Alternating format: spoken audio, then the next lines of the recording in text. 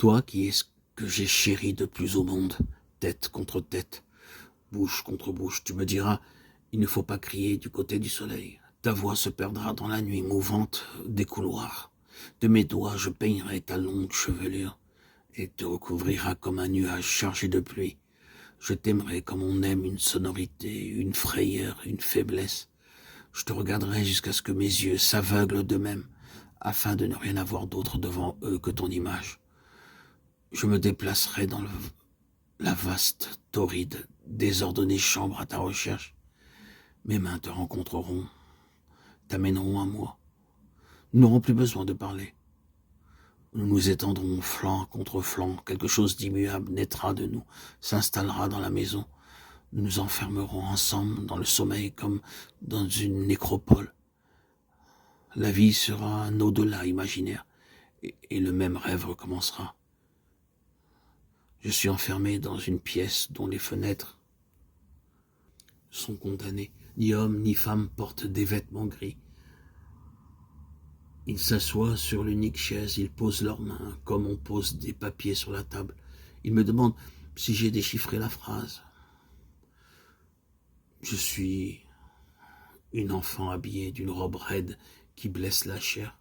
Ils prennent mes mains sans répugnance. Ils disent que je ne dois pas me résigner. Certains jours, ils sourient. Ces jours-là, j'ai terriblement peur. Ils préfèrent les jours où ils crient, menacent et ressemblent avec leurs prunelles brillantes pleines de reflets roux à des créatures toutes de chair épaisse.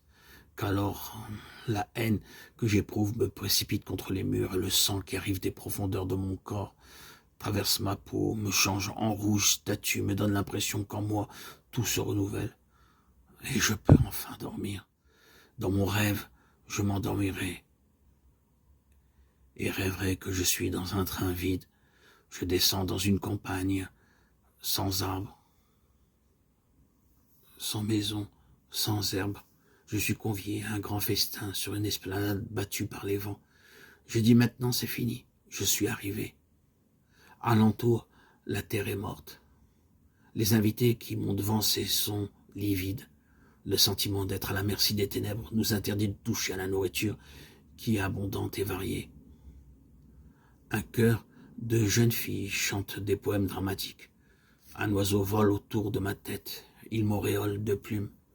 Je me réveille. La pièce est vide. J'ai perdu mon visage. Il ferme les portes, il jette les clés au fond des puits. Je suis seul en ce monde. La phrase que je suis incapable de déchiffrer est inscrite autour de moi, au-dessus de moi, au-dessous de moi. Je l'épelle sans la comprendre. Elle crépite, se transforme en brasier. Je ne suis plus que cendre.